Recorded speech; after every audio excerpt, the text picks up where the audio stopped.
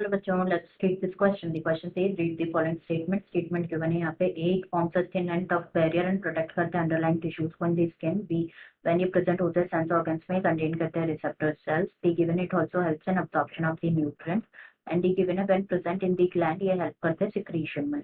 तो हमें बताना है which one of the following represent the above mentioned characteristics. जो above mentioned characteristics है ये out of the following options में से किसकी है? तो ऑप्शन है यहाँ पे A epithelial tissue, B connective tissue, C muscular tissue, यहाँ पे डी नर्वस टिश्यू. सबसे पहले बात करें यहाँ पे अगर हम अबाउट की कॉन्सेप्ट, जो की कॉन्सेप्ट इस क्वेश्चन में यूज किया गया है that is animal tissues. Animal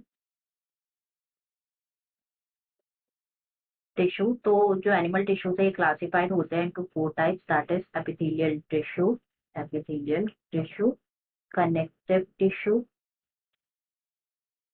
muscular tissue और नर्वस और न्यूरल टिश्यू.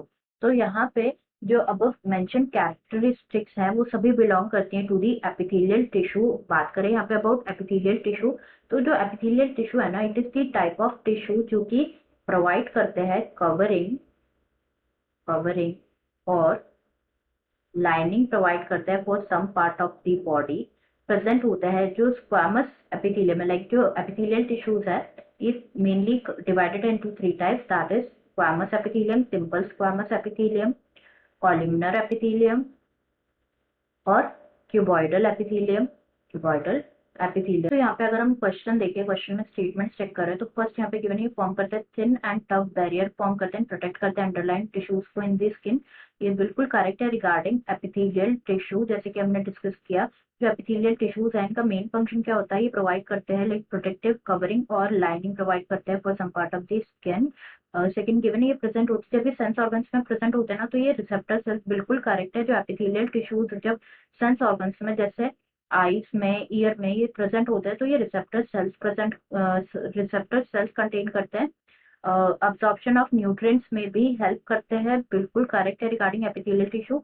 एंड जब ये ग्लैंड में प्रेजेंट करते हैं तो ये हेल्प करते हैं सिक्रीशन में. जब ये ग्लैंड्स में प्रेजेंट होते हैं, जब कॉलमनर और क्यूबॉइडल सेल्स जब स्पेशलाइज होते हैं ना सिक्रीशन के लिए, तो उन्हें क्या कहा जाता है? ग्लैंड्यूलर एपिथेलियम कहा जाता है. क्या बोला जाता है?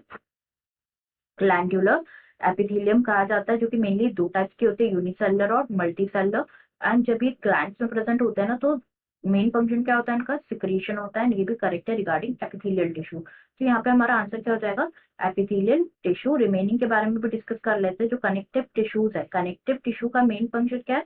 ये कनेक्ट करते हैं. बेसिकली क्या करते हैं? लिंक करते हैं. Linking and supporting other tissues or other tissue or organ.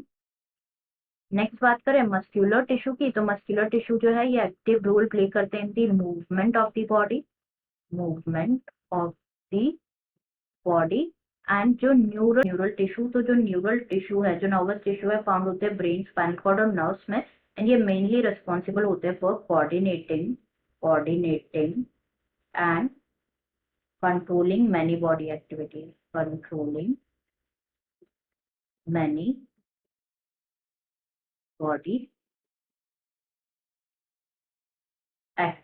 Okay.